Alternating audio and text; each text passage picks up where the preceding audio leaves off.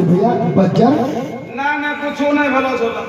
पिताश्री, जब भी मैं आपके पास आता था तो आप मुझे आशीर्वाद दिया करते थे, परंतु आज कौन ऐसी बात है जो आप सर पे हाथ रखे रोए रो रही हैं और मुझे आशीर्वाद तक भी नहीं दी। पिताजी कुछ बोलते क्यों नहीं? मंत्री भैया ये बिचला खंबा ना ना कुछ नहीं भला।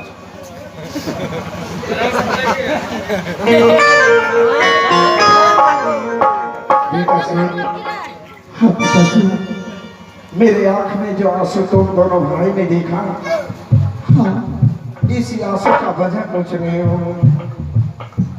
अगर इस आंसू के बारे में तुम दोनों भाई को मालूम हो जाएंगे, जिस जमीन पर तुम दोनों भाई खड़े हो, लगता है उस पैर के नीचे से जमीन खिसक जाती है। पिताजी, आखिर इस राजभवन में कौन ऐसी बात हो गई जो मेरे पांव तले जमीन खिसक जाएगी? पिताजी, जब तक आप मुझे कहकर नहीं सुनाएंगे तो हम दोनों भाई कैसे समझूंगा? बेटा से हाँ पिताजी। बेटा बसंत, जिस माँ के हाथों से तुम दोनों भाई नित्य दिन गरम गरम दूध पीकर के गुरु पाठशाला पढ़ने के लिए जाते थे, हाँ। वो माँ अभी संसार सागर में नहीं रहा। मतलब? तुम दोनों भाई की माँ मर गई है बेटा। नहीं पिताजी।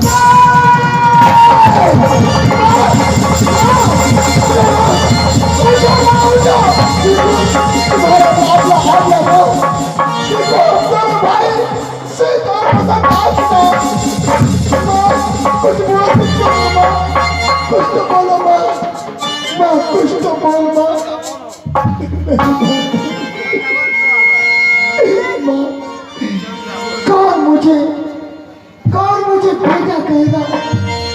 कौन प्याले में दूध लेकर मुझे पिलाएगा?